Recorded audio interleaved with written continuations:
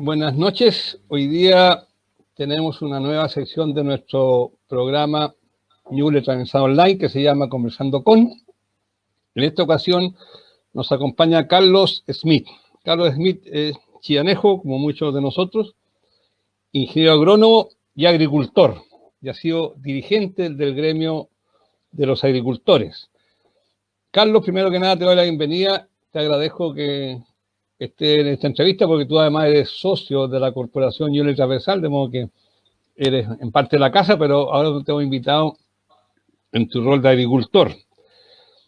Mira, en una entrevista que tú diste en la revista Todo Agro, tú dices la tierra debe ser para el agricultor. Hace una afirmación, entre otras. Me gustaría un poco que nos contara, primero que nada, cómo llegaste a ser agricultor, porque para los que somos citadinos nos cuesta, es como una abstracción ser agricultor, no, está más allá de la comprensión fácil, digamos. Sí.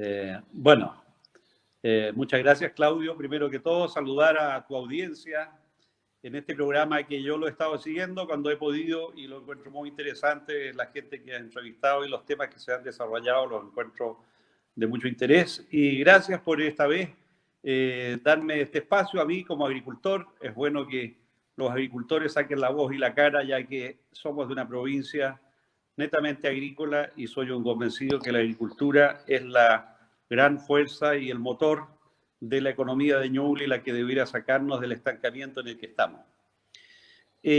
Contarte esto, sí, efectivamente soy agricultor de varias generaciones.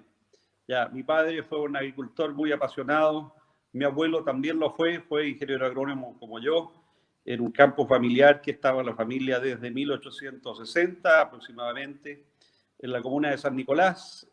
Fuimos expropiados el año 71.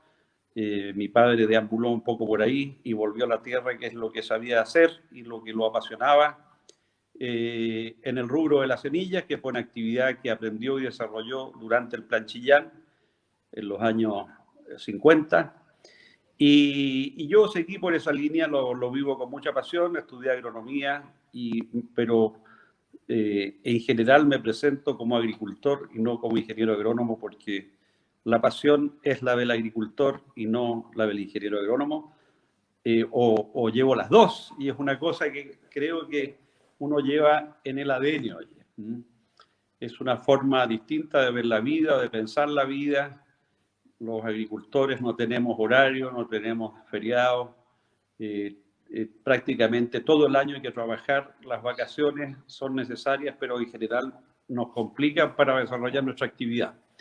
Y no quiero decir por eso que no me interese el esparcimiento ni el ocio, creo que ambas cosas se deben practicarlas y combinarlas, pero es una actividad muy apasionante, la agricultura, y que en el fondo se traduce en la producción de alimentos.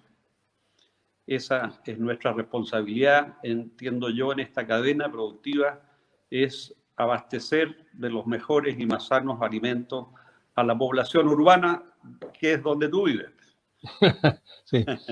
Mira, bueno, de paso hay que decir que viviste en Francia recién recibido, ¿no? Entre 10 y 12 años, lo cual probablemente te da también una visión un poco distinta a los que viven, no quiero ser menos peyorativo, pero los que no han tenido la oportunidad, como tú, y yo también la tuve, de poder conocer otros lugares del mundo.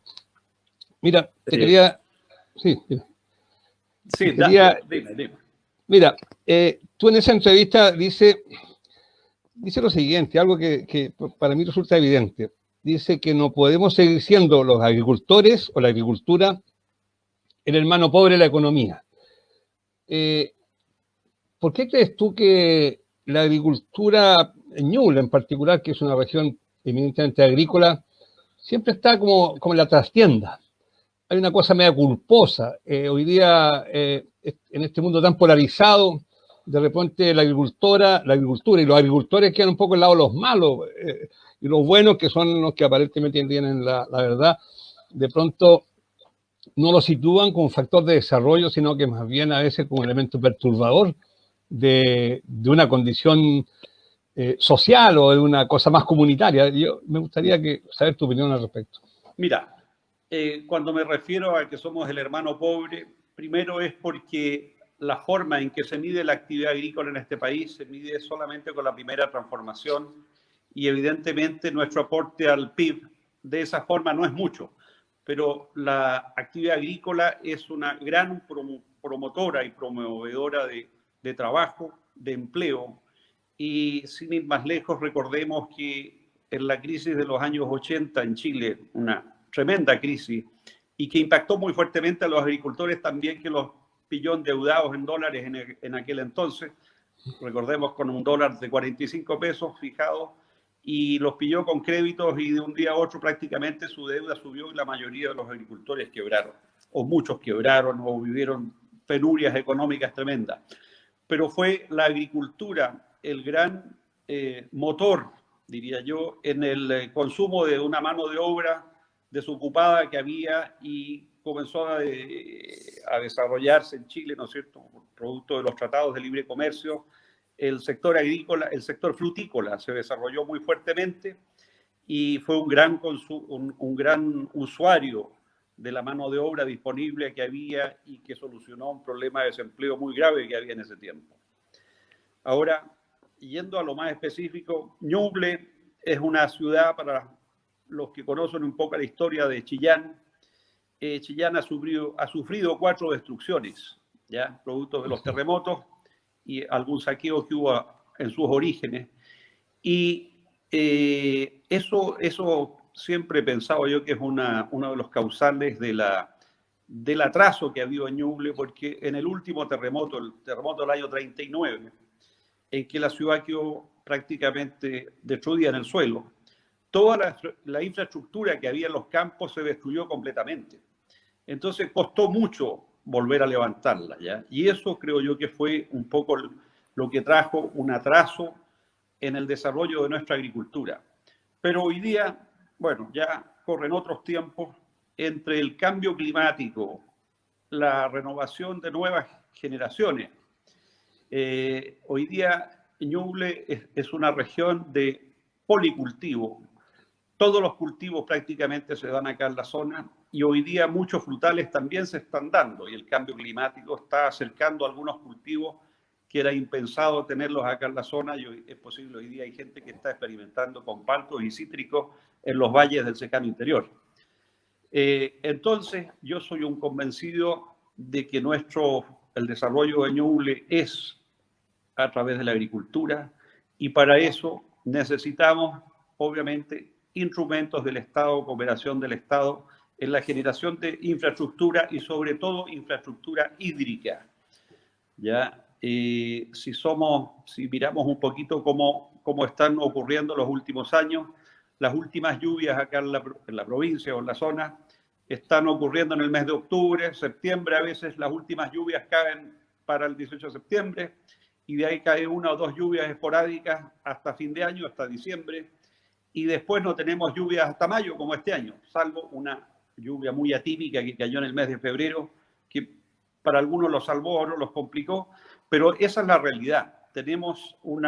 Estamos ya inmersos en una zona que pasa 6 meses en que no llueve casi nada, con una cordillera no muy baja, o sea, no muy alta, la cordillera de Ñuble es relativamente baja, por lo tanto, la acumulación de nieve, que es la fuente o la reserva de agua para el regadío en los meses estivales, es cada vez menor.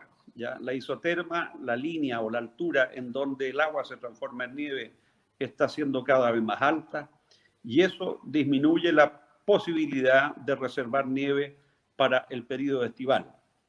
Y eso significa, hoy día en Ñuble tenemos que muchas veces comenzar a regar desde el mes de fines de octubre, inicio de noviembre, hasta el término de algunos cultivos que se riegan hasta marzo, abril, la remolacha, que es el último que se cosecha, hay que regarlo hasta esa fecha.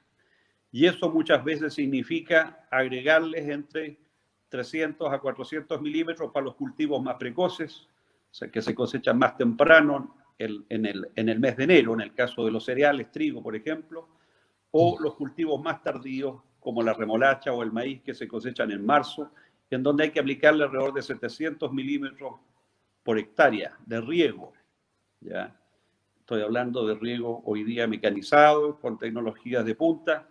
Eso más o menos son esos volúmenes. Y eso significa enormes cantidades de agua que ya la cordillera no es capaz de reservar, y cuando me refería hace un rato atrás a lo que nosotros esperamos, al aporte del Estado, es que de una vez por todas se genere una política y una infraestructura de acumulación de agua en el periodo invernal que permita asegurar el riego en el periodo estival. Porque hoy día muchos agricultores están haciendo el esfuerzo de hacer la inversión en sus cultivos y muchas veces no llegan a término y no son capaces de cosechar el potencial de lo que habían sembrado, producto de la falta de agua en los últimos riegos en el mes de febrero o marzo. No sé si explico tu... Sí, Carlos, mira, sí, perfectamente. Bueno, hace unos 15 días aquí estuvo en este mismo lugar, en este mismo espacio, Raúl Sor, que habló del tema del cambio climático, que tú lo has mencionado, que parece ser el telón de fondo de este problema. La escasez de agua, hace pocos días, el ministro de Obras Públicas entregó una mala noticia, según dijo que es el año más seco de la historia, este año así como vamos. Entonces, claro, hay un problema aquí que escapa al manejo en un 100% por parte del ser humano. ¿Cómo ves tú? ¿Cuál crees tú que es la solución paliativa si es que alguna vez se logra revertir el cambio climático o pasa este ciclo, como algunos dicen que es un ciclo? ¿Cuál crees tú que son las medidas? Porque el agua depende, todos dependemos del agua para nuestra vida diaria, pero también si no hay alimentos, nuestra vida también está en peligro, de modo que es un tema altamente complejo. Claro. ¿Qué crees tú que deberían ser las medidas que se deben adoptar para poder, en alguna medida, atenuar o mitigar los efectos de esta escasez ya que se están tornando dramáticas, el tema de la sequía y de la falta de agua? Mira, efectivamente yo tuve la oportunidad de escuchar a don Raúl Sor, que fue muy interesante la presentación de su libro y de su ponencia, que es una persona, un gran conocedor de muchos temas. Lo que nos pasa en Chile, bueno, somos un país de clima mediterráneo, uno de los pocos países con este clima en el hemisferio sur, y eso significa que las lluvias se concentran durante los meses de invierno.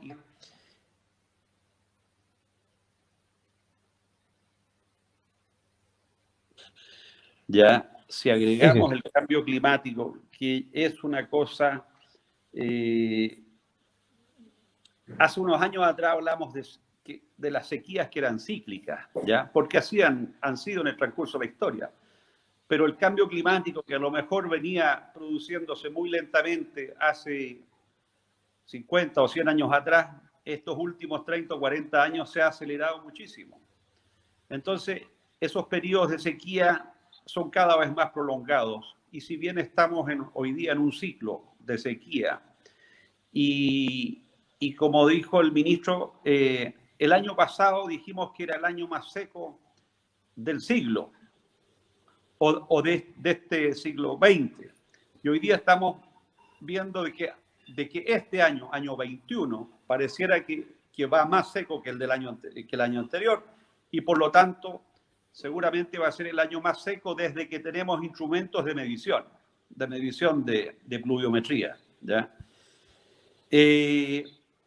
Entonces, ¿qué pasa? ¿Cómo hacer convivir la agricultura, que es una actividad para producir los alimentos, con los distintos ecosistemas y con la ecología, que es una cosa que está muy en boga hoy día, y yo no tengo nada contra ella, pero muchas veces siento de que tenemos una confusión. La agricultura no es contraria a la ecología, ¿ya? Y el uso del agua me parece que tampoco es contrario a la existencia de los humedales o de los caudales ecológicos de los ríos. Resulta que si no tomamos las medidas necesarias hoy día, el caudal ecológico, que hoy día es un porcentaje del caudal del río que se deja como una constante, ¿ya? Pero es un porcentaje del caudal. Y si ese caudal, producto de la falta de lluvia, porque los ríos hoy día en este valle central de Chile, ¿no es cierto? Chile tiene una particularidad muy específica, que es tener un valle transversal longitudinal, a diferencia de Estados Unidos, que es un poco transversal, ¿ya? Y tiene un gran río en el estado de California, que sería el equivalente nuestro en el hemisferio norte. Tiene un gran río que atraviesa todo el valle en el sentido longitudinal. Nosotros tenemos ríos que nos cruzan cada 20 kilómetros y eso es una característica muy particular que no hemos sabido aprovechar, porque nosotros hoy día nos estamos quejando de sequía y tenemos problemas de falta de agua para consumo humano. O sea, hay muchos sectores en que la gente efectivamente está sin agua y hay muchos agricultores que no tienen agua, que no tienen suficiente y otros que no tienen nada de agua. Entonces, yo soy un convencido que si tuviéramos la infraestructura para almacenar los excedentes de agua en invierno, y cuando hablo de excedentes no quiero decir que el agua de lluvia se pierda en el invierno, ¿ya? Hoy, hay cifras que hablan que del agua que cae, ¿no es cierto?, el 80% escurre al mar y un 20% se aprovecha, y de ese 20%, alrededor de un 12% o un 12 o un 14% es lo que aprovecha la agricultura. El agua cuando escurre al mar evidentemente es para favorecer y permitir que vivan los ecosistemas marinos y se necesita esa agua dulce, pero a lo mejor también tenemos que pensar en la vida y en la vida humana y en la mantención de los humedales, de los ríos, del caudal ecológico de los ríos, que si deja de llover, o si tenemos menos meses en que llueve, y al parecer el fenómeno que se ha estado produciendo es que esa lluvia que cae en menos tiempo cae muchas veces en cantidades muy importantes, generando también daño por efecto de inundaciones o derrumbes o destrucción de infraestructura vial y compañía, ¿ya? Entonces, si pudiéramos embalsar ese excedente de agua que se produce en el invierno durante las sequías invernales y conservarla y administrarla de tal forma de poder mantener un caudal ecológico constante y con un mayor caudal, con un mayor volumen de agua durante el verano, y al mismo tiempo permitir que más gente pueda acceder al riego y los que ya tienen riego puedan tener una seguridad del insumo del agua para poder terminar sus cultivos, ¿ya? Eso le generaría, yo quiero ser muy enfático en esto porque yo creo que poca gente lo sabe, y lo sabe solamente los agricultores, los que sufren el problema de la diferencia que significa realizar una agricultura de riego versus una agricultura de rulo, que es la forma en que hablamos o definimos la agricultura que no se riega, ¿ya? Decirles, por ejemplo, que en esta provincia un agricultor que siembra trigo y que no dispone de riego puede cosechar entre 30 y 50, 55 quintales de trigo. Y digo 30 que va a depender, 30 y puede ser menos, en qué momento se produjeron las últimas lluvias en la primavera, ¿ya? Sin embargo, el agricultor que dispone de riego para regar ese trigo y generarle las condiciones óptimas puede, con esa misma variedad y en ese mismo suelo y con ese mismo clima, cosechar entre 70 o hasta 90 quintales. Ustedes comprenderán que realizando el mismo gasto, la misma inversión en una hectárea, si uno cosecha entre 30 y 50 versus entre 70 y 90, la rentabilidad de esa persona es completamente distinta. Y eso ha hecho que prácticamente ha desaparecido el cultivo de cereales del secano interior, porque con la pluviometría que tenemos ahora, los cultivos no llegan a madurez o a tener rendimientos aceptables. Yo fui productor de trigo en el secano interior, de Chillán hacia el poniente, en el sector del Guape. Me entusiasmé produciendo trigo y tuve que dejar de sembrar porque simplemente los rendimientos no cubrían mis costos. Y el riesgo era cada vez más alto, por lo tanto tuve que dejar esas tierras dedicadas a otra cosa. Yo era arrendatario de esos campos, me había entusiasmado produciendo trigo y llegué a sembrar bastante. Y yo siempre, la ecuación que hacía y por qué me seguía estimulando de sembrar, es que calculaba cuántos días de pan yo producía para la ciudad de Chillán. Así, esa era mi motivación. Bueno, en la entrevista, la conversación con Raúl Sol, puso algunos ejemplos de guerras que se han producido por efecto de incluso la Revolución Francesa. Algo tiene que ver con esto. con la escasez de trigo y la escasez de pan y de alimentos. Claro. Carlos, ¿por qué crees tú que tenemos el tema del embalse Punilla, luego está el embalse Zapallar? Cada vez que se anuncia un embalse, los embalses están resultando con las cárceles, nadie los quiere tener, aparentemente, al menos los que tienen más tribuna. Entonces, en esta lectura ese en blanco y negro que está haciendo nuestro país, lamentablemente, ¿por qué crees tú que hay casi una oposición inmediata a cuando se anuncia un embalse en circunstancias que todos entendemos que los embalses son reservas de agua? Mira, para mí es una situación bastante inexplicable de nuestra idiosincrasia, de no tener un sentido un poquito más, ser un poquito más generoso con el tema país. Voy a referirme, por ejemplo, al embalse Punilla, ¿ya? Que en teoría se debiera hacer en la comuna de San Fabián.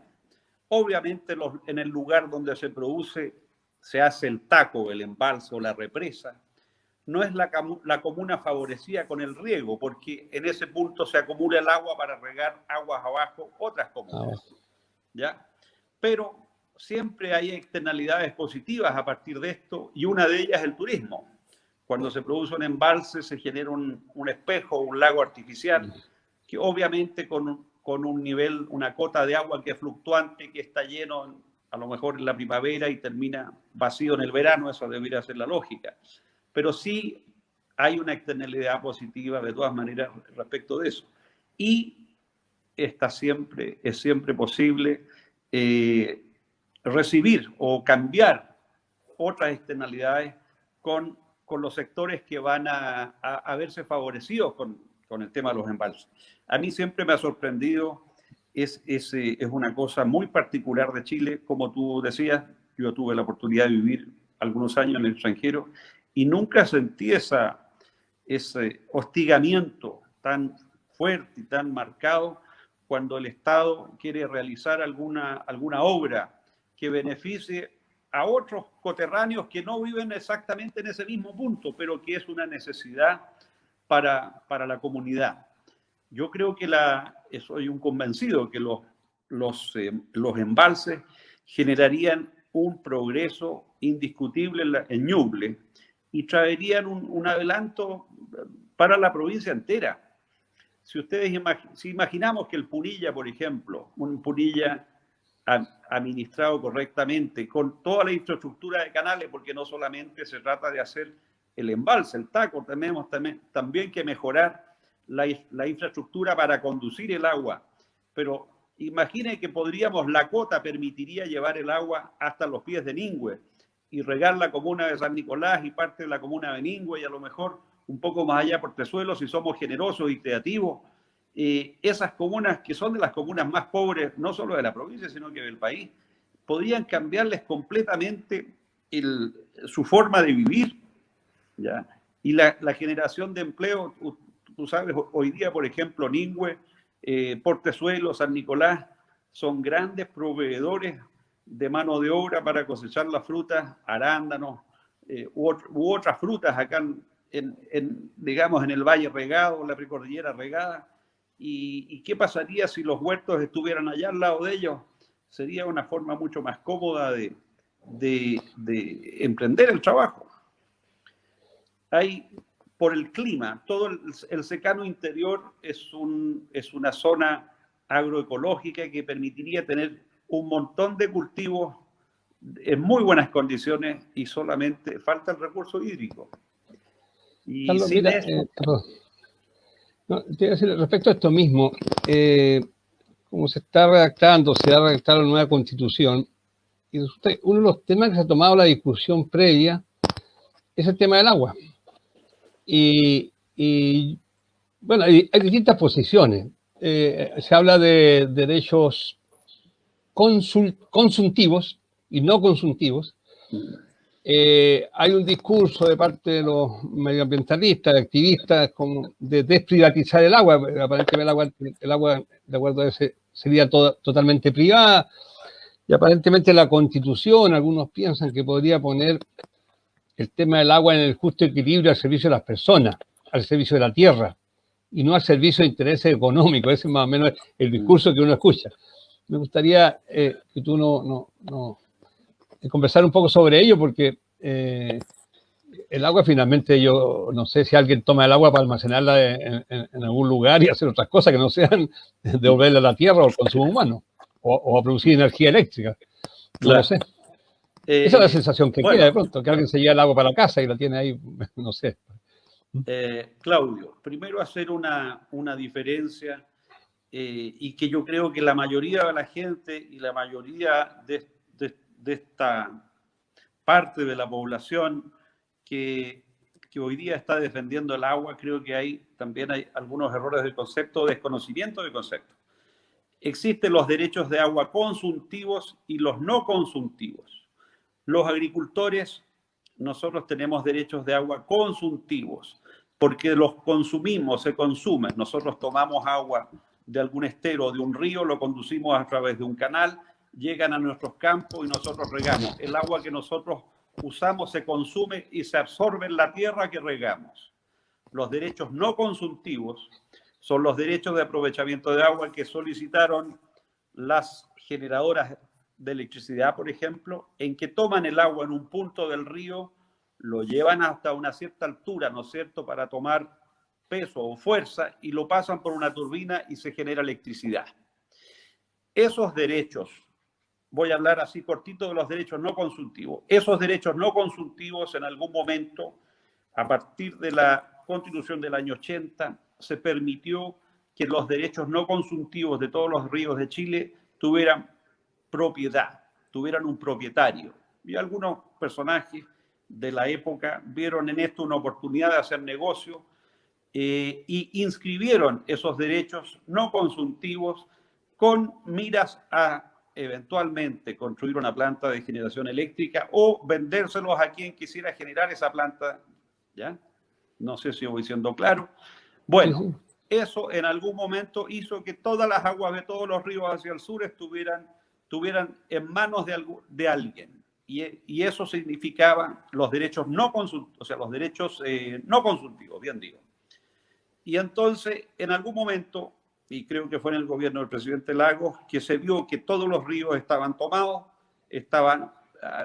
todos los derechos de agua tenían una propiedad, sin embargo no se estaban usando y se generó una ley que dijo que quien tuviera los derechos de agua y no estuviera haciendo uso de ellos tenía que pagar una patente.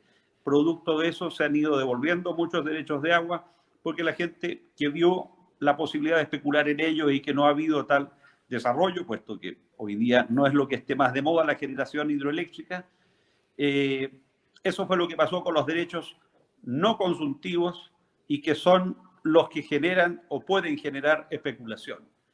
Respecto a los derechos consumtivos, que son los derechos de agua que usan los agricultores, voy a referirme un poquito, a hacer un poquito de historia. Esto nace antes del Chile republicano, ya en los alrededores de Santiago, que eran las ciudades un poco más avanzadas.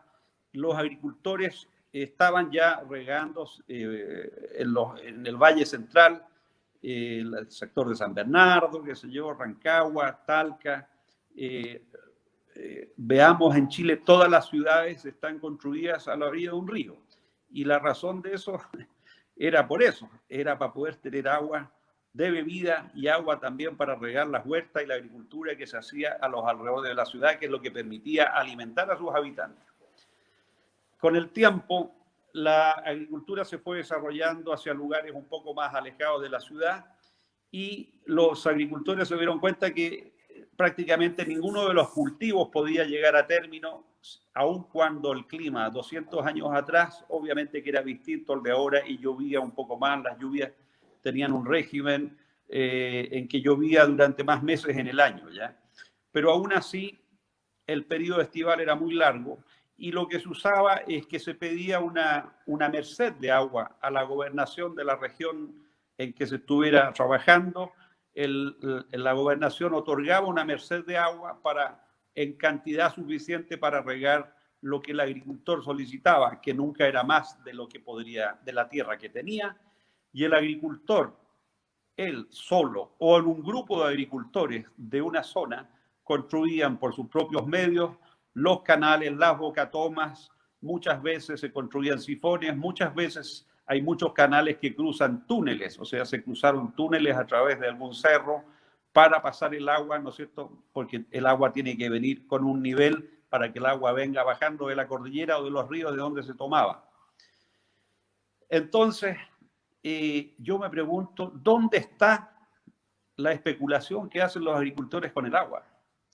No existe tal especulación. Y lo que pasó es que en algún momento se creó un código de agua distinto del código digamos, de donde estaba inscrita la propiedad de la tierra. Se separó la propiedad del agua de la propiedad de la tierra. No sé con qué fin sería, o tengo mis sospechas cuáles fueron los fines, pero no fines para favorecer a los agricultores. Yo pienso que vino más bien de la mano de la minería del norte, hablo de los años 80, pero para un agricultor no busca, una vez que tiene, si es que tiene el agua y tiene la suerte de tenerla y de poder hacer una agricultura de riego, no busca especular con el agua, busca producir, porque como les explicaba recién, producir bajo una agricultura de riego es tan distinto y las expectativas económicas son tan distintas a producir en una agricultura de secano. Entonces, el agricultor usa el agua para producir, para regar y producir los alimentos, todos los alimentos, como nuestros cuerpos, se componen en un 80, en un 90% de agua. Y los cultivos es lo mismo. Cuando yo contaba recién de que para un cultivo como de remolacha, por ejemplo, se necesita hoy día aportar como riego, como un sistema de riego mecanizado, sea por un pivote, un carrete, cualquier sistema de los más eficientes que tienen hasta un 80% de eficiencia, 700 milímetros por hectárea. Eso equivale a 7.000 metros cúbicos de agua por hectárea. Es una enorme cantidad de agua. En un día de verano, en diciembre o en enero, con 28, 30 grados, con un viento de entre 12 y 15 kilómetros por hora de viento, se produce una evapotranspiración en la hoja del cultivo, la pérdida de agua del cultivo por evaporación, por transpiración, entre 5 y 7 milímetros diarios. Y esa película de agua hay que reponerla. Claro, el agricultor no riega todos los días, seguramente, salvo los frutales que se riegan con goteo, pero se riega una vez a la semana y hay que devolver esa película, esos 30 milímetros que se evaporan semanalmente, hay que volver a entregárselos al cultivo. Si la planta no tiene agua, no puede regular su temperatura, ni puede alimentarse de los nutrientes que están en el suelo, porque el agua es el vehículo por el que circulan los nutrientes. ¿Ya? Por lo tanto, es fundamental para el desarrollo de nuestra actividad y yo creo y quiero, no sé si he sido suficientemente claro respecto de cuál es el uso que nosotros hacemos con el agua hay personalmente una necesidad de desmistificar este tema de que nosotros especulamos con el agua y nos tienen indicados con el dedo y muy demonizados como si fuésemos los responsables de la escasez hídrica que hay hoy día. Yo, y creo representar a muchos de mis colegas productores, agricultores, yo no tendría ningún inconveniente en que el agua vuelva a estar ligada a la tierra, es decir, mis derechos de agua ligados al rol de mi propiedad y no al RUT del propietario. No sé si me explico con eso, porque de mi interés, y es el interés de muchos, nosotros agricultores tenemos plena conciencia de nuestra responsabilidad en la sociedad y nuestra responsabilidad es la producción de alimentos. Por lo tanto, si el día de mañana, por un tema económico, de salud u otro, yo tuviese que deshacerme de mi propiedad agrícola, mi deber es entregarla con el agua que tiene a quien vaya a continuar con la producción de alimentos. Bueno, Carlos, estamos llegando ya al final. La verdad es que podríamos seguir conversando mucho rato más, pero te agradecemos tu exposición porque ilustra muchísimo la discusión. Hoy día la discusión se da con mucho desconocimiento, esa es la sensación que tenemos. Y tu participación en este programa contribuye a que la discusión sea una discusión más informada, que nos parece fundamental para poder construir una nueva constitución, que es el tema que está hoy día arriba de la mesa, pero tiene que ser una constitución fundada también en una buena información y conocimiento de los problemas que tiene nuestro país. De modo que te agradecemos muchísimo en nombre de Ñuble Transversal, y a nuestros auditores les decimos que nos vemos en una próxima oportunidad y nos sumaremos a la rogativa estos días porque llueva, realmente llueva, porque eso resolvería mucho nuestros problemas y seguramente contribuiría a bajar también las tensiones que estamos viendo en estos tiempos. Te doy la palabra para que te despidas, Carlos, y te agradezco una vez más en nombre de Ñuble Transversal. Oye, muchas gracias, Claudio, por haberme dado la oportunidad de hablar de nuestro problema, de hablar del agua, de hablar de la agricultura. Yo creo, me he sentido un portavoz de mis colegas y de nuestra actividad.